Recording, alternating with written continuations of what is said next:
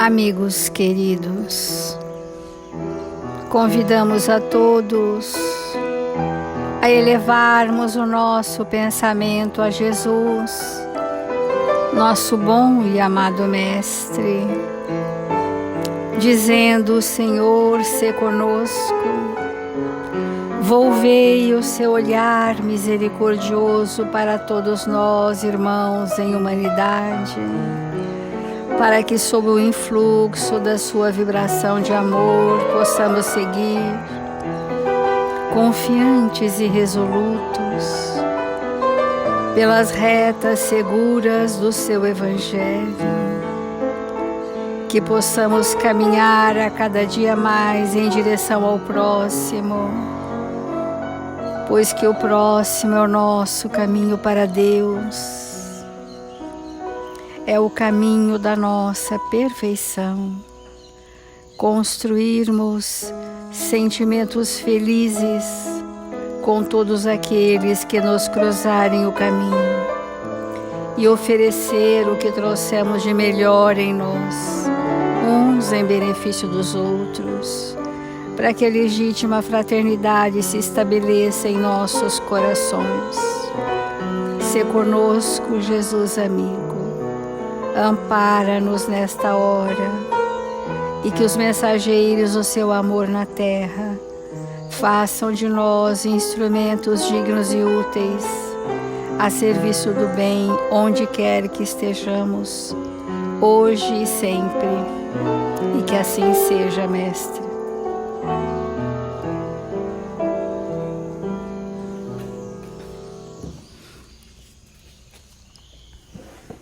Do Evangelho segundo o Espiritismo: bem-aventurados aqueles que são misericordiosos.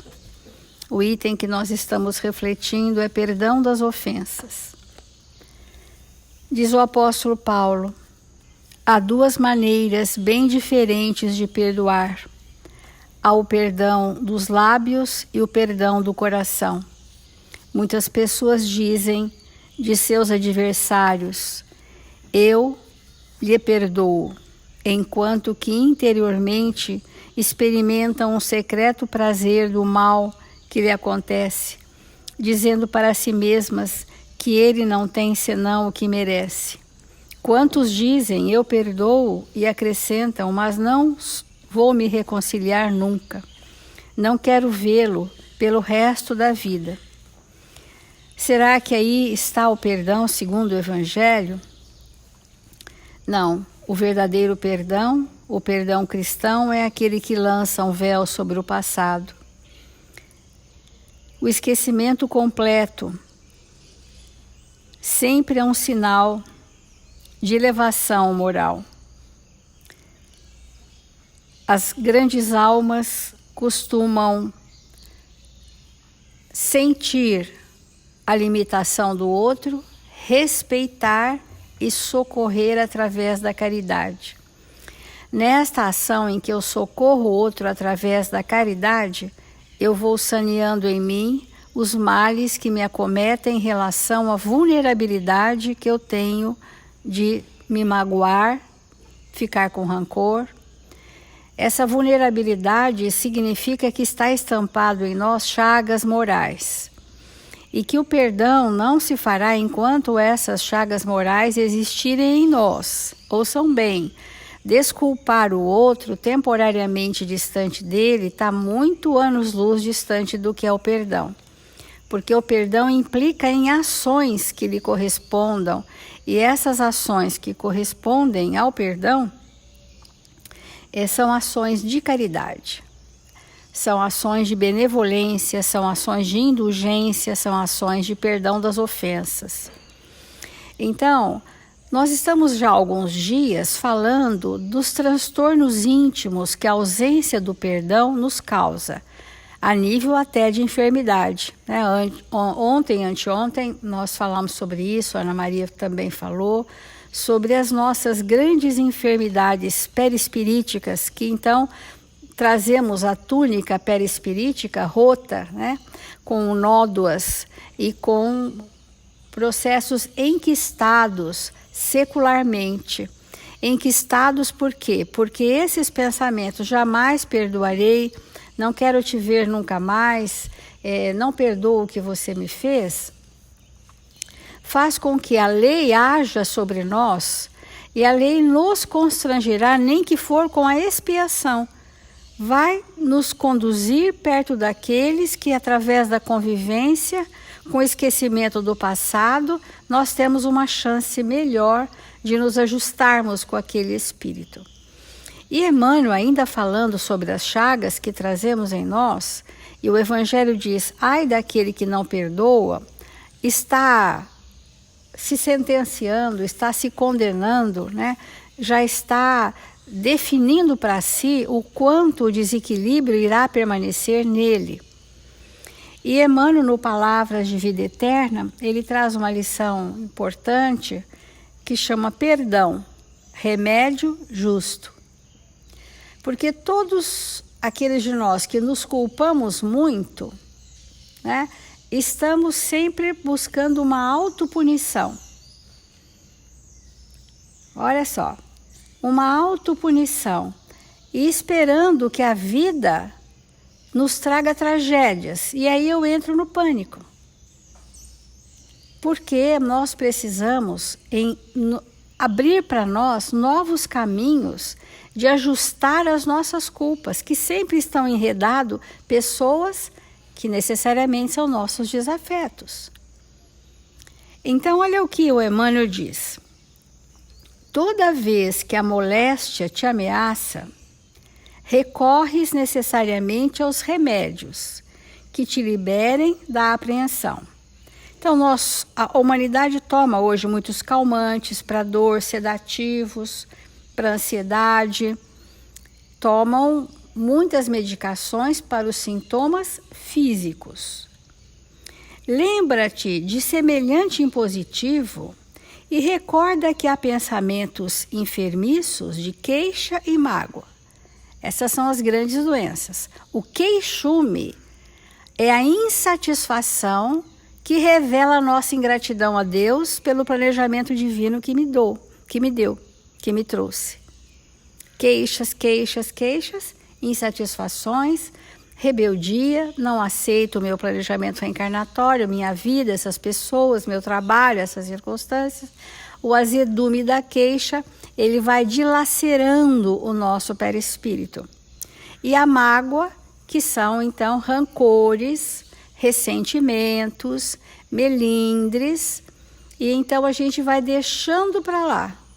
A gente não entra naquela questão. A gente se relaciona com aquela pessoa, aquele ponto a gente evita. A gente não fala, não limpa, não conversa, não restaura, não modifica. E aquele ponto vai ficando em nós como uma grande predisposição mórbida às nossas enfermidades morais, espirituais e físicas. O perdão é, pois, o remédio santo, diz aqui Emmanuel, para a euforia da mente na luta cotidiana. Tanto quanto não deves conservar detritos e infecções no vaso orgânico, não mantenhas aversão e rancor na própria alma. Porque se nós estivéssemos limpos a nível de sentimentos, nós seríamos espíritos muito saudáveis, né? Porque nós não estaríamos fazendo um bombeamento, né? Nessas emoções doentes. Não mantenhas aversão, que são os desafetos, e rancor na própria alma.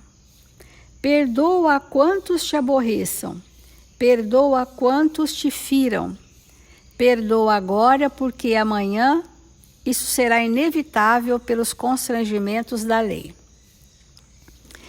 Nós temos um mecanismo de driblar bem desenvolvido em nós. A gente, né, vem um obstáculo, você contorna, mas não supera.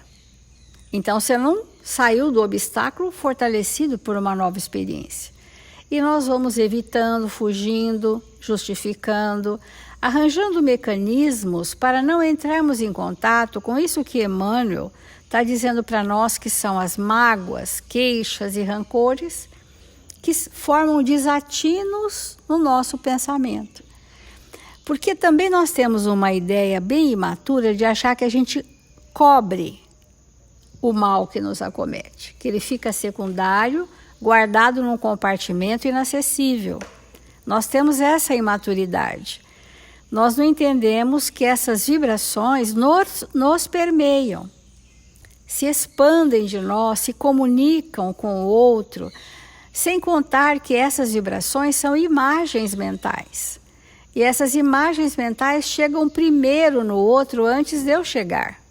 Tudo que eu sinto por você, tudo que eu penso de você, são imagens mentais. E que antes, minutos ou horas antes de eu te encontrar, a minha imagem mental já te atingiu, já te envolveu, e quando você chega, está reativo comigo, porque eu estimulei, através da minha mágoa, do rancor, do ressentimento, eu estimulei esse estado de ânimo perturbado, que você vai me tratar, e aí eu vou dizer, tá vendo como eu sou vítima dessa pessoa? Eu não fiz nada. Esse não fazer nada no exercício do perdão, ele já está superado para nós. Aqueles que nos ofendem e caluniam são estimulados por nós. Mas nessa vida eu só envolvi com amor, mas nós não somos só essa vida. Nós trazemos campos de memória, nós trazemos situações pregressas antigas. E que é essas que nós viemos resolver construindo um presente absolutamente diferente do passado. Essa é a simplicidade do ato de perdoar. Construir um aqui e agora renovado. Muitas vezes, um grande desafeto do nosso passado chega na forma de irmão, de pai, de filho, de companheiro, de companheira. Chega muito íntimo, para que a gente possa partir do zero e não fugir da convivência, porque se formos filhos ou irmãos, nós temos seguramente até o início da vida adulta para ficar juntos. Porque nenhuma criança de 7 anos vai morar sozinha, mas gostam de ir, já falam que querem ir, porque não estão suportando aquela convivência familiar. E Emmanuel, então, finalizando essa questão, diz: recorda que todas as criaturas trazem consigo as imperfeições e fraquezas que lhes são peculiares, tanto quanto ainda desajustados trazemos também as nossas. É por isso que Jesus, o emissário divino, crucificado pela perseguição gratuita, rogou a Deus ante os próprios algozes: Pai, perdoa-lhes porque não sabem o que fazem. Quando Jesus disse à humanidade, perdoa-os, Pai, eles não sabem o que fazem, aquele momento nos enquadrou na categoria dos espíritos ignorantes e primitivos. Mas nós podemos dizer que já sabemos o que fazemos. Nós já temos o discernimento do bem e do mal. Nós já temos o senso moral razoavelmente desenvolvido. Nós já temos a consciência algo desperta que sinaliza para nós quando aquilo que fizemos foi equivocado. E por que permanecemos nessa escolha? Então, para aqueles de nós que já sabemos o que fazemos, estaremos arcando com a consequência dos nossos atos, porque essa é a lei.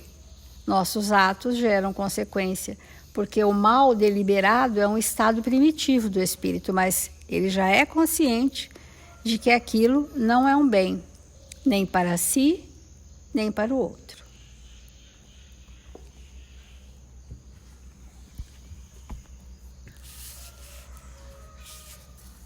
Nós precisamos ampliar a nossa capacidade de perdoar uns aos outros, porque num mundo como o nosso, sempre alguém vai chegar e nos convidar ao perdão. seja um mínimo perdão, de uma mínima ofensa, de um mínimo desentendimento, até uma coisa mais terrível. Enfim, então, nós temos falado que essa capacidade de perdão, ela precisa ser instalada na nossa intimidade para que nós, individualmente, passemos ao estado de mundo de regeneração. Não é o mundo que nos vai passar para um estado diferente. Somos nós, unidos uns aos outros, que vamos transformar esse mundo que está aí. Então, ontem nós falamos, e antes de ontem também, a respeito das situações pequenas que nós temos que exercer o perdão. Agora vamos falar das maiores. Vamos pensar naqueles espíritos que vieram até nós e que, na presença deles, teremos que desenvolver o perdão.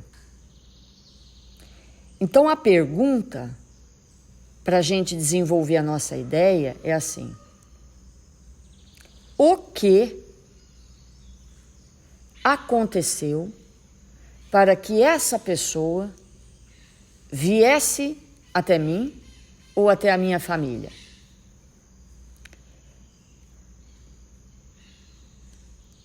O que aconteceu? Onde estava Deus que não viu? Muitas vezes nós perguntamos isso. Mas a resposta a essa pergunta é bem clara e única. Eu ou a minha família atraímos esse, entre aspas e 1000 aspas, inimigo.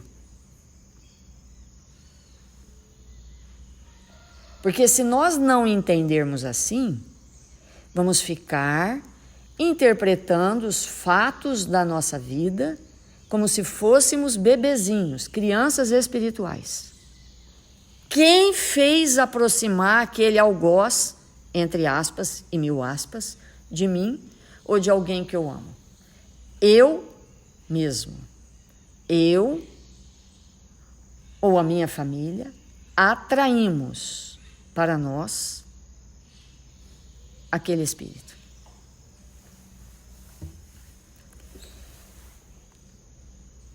Porque senão, se não for assim, nós vamos entender que não existe justiça divina e que, além de não existir justiça divina, existe o acaso. E tudo acontece por acaso e por azar. Eu tive o azar de me encontrar com você. E aí a gente fica tocando a nossa vida pautado nesses pilares que são bem frágeis, que é a injustiça de Deus, que é o acaso e é o azar. Quantas pessoas no mundo vivem iludidos por essas estruturas? Isso que me aconteceu é porque Deus não existe. Isso foi um acaso. Ou eu tive o azar. É claro que nada disso existe. E quando nós vamos olhando para nós mesmos, nós vamos observando que dentro de nós há vetores, há forças energéticas atrativas que vão atrair aquele comparsa do passado, que naquele tempo nós pensávamos iguais. Hoje a gente pensa diferente? Provavelmente. Hoje eu já não quero mais isso para a minha vida. Hoje eu já acho que essa forma de ser e de pensar é equivocada. Mas um dia eu não pensei assim. E construímos juntos situações que vincularam espírito a espírito dentro da nossa intimidade e que vamos continuar nos encontrando até que tudo isso esteja solucionado na nossa intimidade. Então, quão importante é nós entendermos isso. Porque uma pessoa desonesta que se aproxima de mim e se vincula a mim, o que ele veio fazer? Quem o atraiu? E por quê? E para quê? O que ele veio buscar? O que eu tenho para lhe entregar? Então essas perguntas, elas são muito importantes, porque às vezes, realmente, o Espírito vem buscar em mim algo que eu lhe devo, mas que eu não compreendo desta forma. E aí, não compreendendo assim, nós não entregamos aquilo que ele veio buscar. E não entregando, ele não se afasta. Então, esse entendimento bem profundo que nós temos que ter do que esse Espírito está fazendo na minha vida agora, qual é esse reajuste desse momento e como que nós vamos efetivamente nos libertar desta situação. Entendendo essa questão, é importante que nós possamos deixar bem claro que sempre somos nós, sempre somos nós que atraímos pelos nossos próprios conteúdos, pelas nossas próprias construções, nossos, entre aspas, algozes. E enquanto não nos libertarmos desse conteúdo, se não for ele, será aquele. Se não for aquele, será aquele outro. Porque continuaremos nesse processo de atração a partir daquilo que carregamos na nossa intimidade. Então, tendo entendido isso, Emmanuel, nesse texto que nós estamos estudando, ofensas e ofensores, porque é tão fácil nós dizermos assim: eu sou a sua vítima e você o meu algoz. Mas na contabilidade divina isso não existe. Então ele vai dizer para nós assim: nunca e em nenhuma circunstância nós vamos responder o mal com o mal. Qualquer mal que me chegue,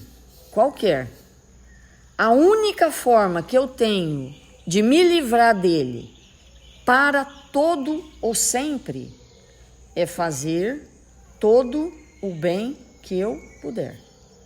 Porque simplesmente pôr uma barreira para me proteger, isso é uma mera ilusão. Mudar de planeta ou de cidade é uma mera ilusão. A única coisa, efetivamente, que vai anular aquela ação é: como é então, diante desse mal, que eu vou fazer o bem para que nesse processo de fazer o bem para você que me fez o mal, eu reduza, eu anule essa força vibratória que atrai para mim, sobre várias circunstâncias, os mesmos conteúdos. Porque, evidentemente, vamos pegar um exemplo. Poderíamos citar milhares de exemplos. Vamos pensar assim, nossa, por que será que sempre pessoas desonestas se aproximam de mim? Desonesta nos negócios, desonestas no casamento, desonestas dentro da família, desonestas em relação aos filhos, desonestas em relação à casa espírita, desonestas. Por que pessoas sempre desonestas se aproximam de mim? Como me libertar desta situação? Começar a criar um plano divino dentro de mim. Como é que eu vou fazer o bem para toda vibração de desonestidade que chegar até mim? Como que eu vou fazer isso? Qual vai ser o meu plano? E para isso pode ser, não, desonestidade ou traição ou abusos ou qualquer coisa que aconteça. Como é que eu vou fazer o bem? E nesse processo hercúleo de buscar todas as minhas forças que parecem nem existir para fazer o bem, para aquilo que me atinge de cheio, porque é a minha vulnerabilidade. Nesse processo de me empenhar, de estabelecer isso na minha intimidade, eu vou anulando estas forças e vou deixando de atrair isto para mim.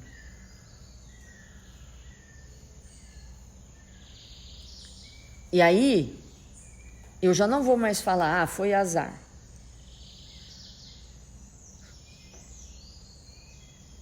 Eu vou dizer, então eu vou trabalhar. E muito.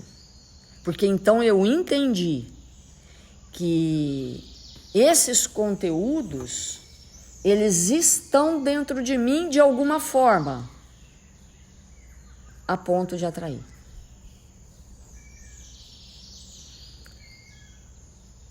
E assim para tudo na nossa existência. E esse movimento que nós vamos fazer de nos libertar vai efetivamente modificar a nós mesmos. E para encerrar, Emmanuel diz assim: Jesus recomendou-nos que amássemos os nossos inimigos. A nosso ver,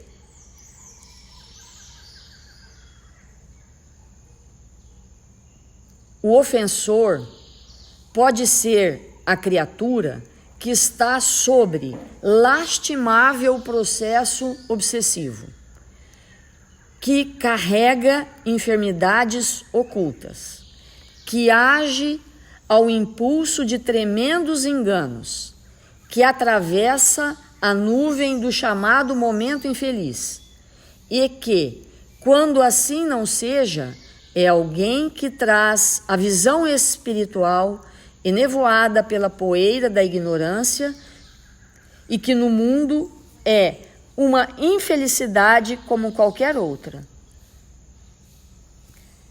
Cabem ainda ao ofensor o pesadelo do arrependimento.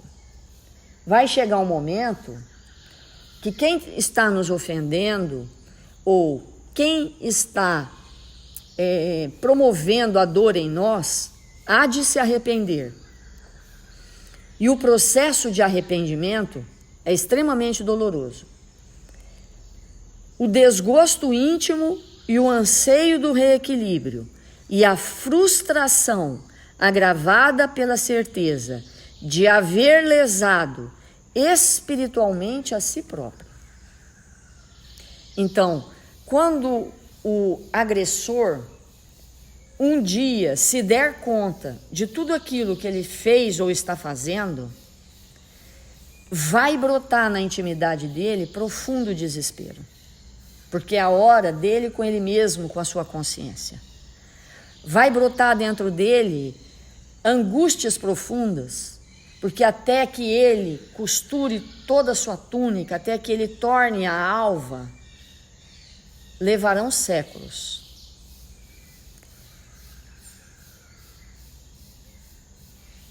Aos corações ofendidos, resta unicamente um perigo: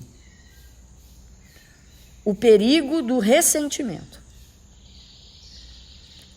que, aliás, não tem a menor significação quando trazemos a consciência pacífica no dever cumprido. Essa frase, talvez a gente não consiga, porque já deu o nosso tempo, falar sobre ela.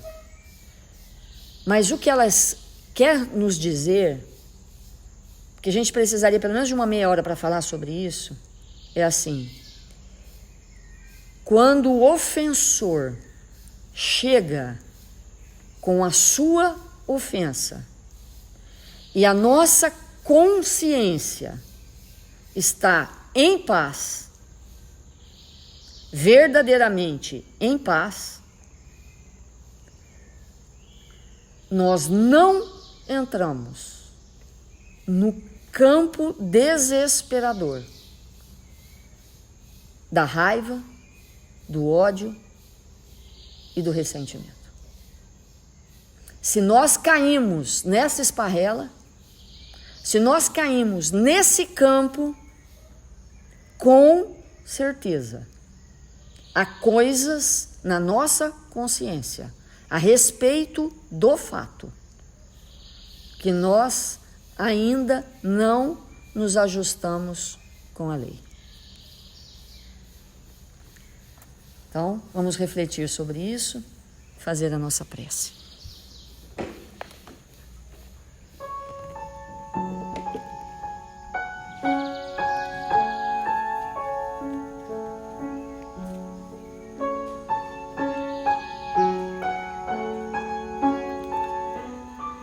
Senhor Jesus,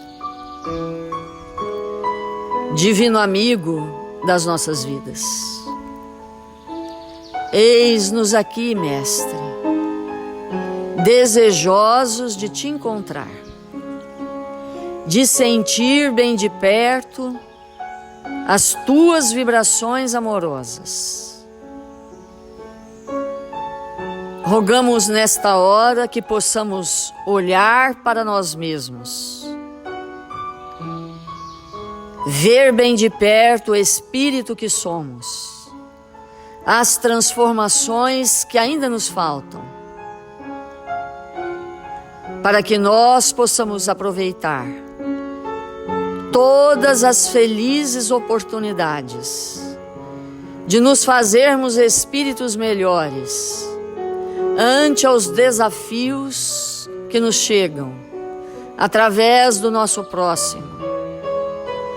Que o Senhor nos abençoe, que o Senhor possa neste dia luminoso visitar a nossa intimidade e nos fortalecer para os embates que a vida nos traz.